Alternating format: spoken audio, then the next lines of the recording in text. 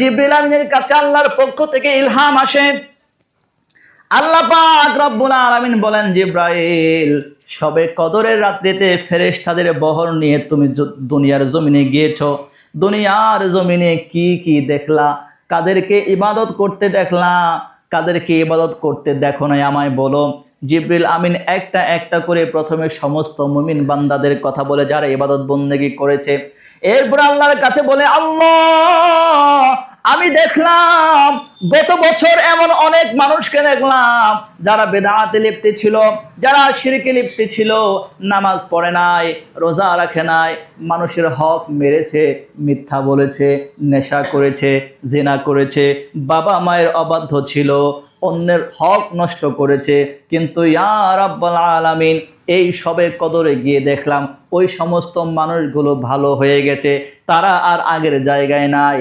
তারা তাদের সমস্ত অপরাধ পাপাচারগুলো ফেলে দিয়ে আপনার ইবাদতে মশগুল হয়ে গেছে।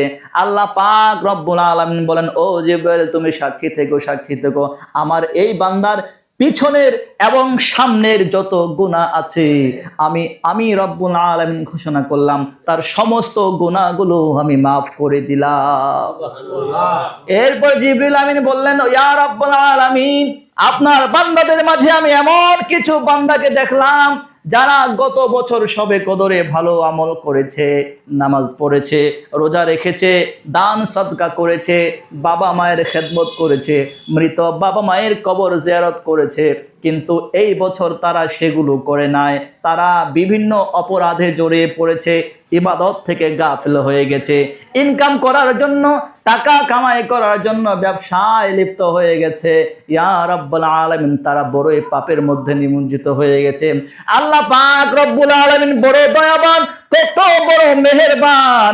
আল্লাহ তাআলা ওই সময় জিবরিল আমিন ফেরেশতাকে বলে, ও জিবরাইল আমার ওই সমস্ত বান্দারাও যদি মৃত্যুবরণ করার 3 মিনিট আগেও যদি আমি রব্বুল আলামিনের কাছে একাগ্র চিত্তে ক্ষমা চাই, আমি তাদের সমস্ত গুনাহগুলো মাফ করে দিব।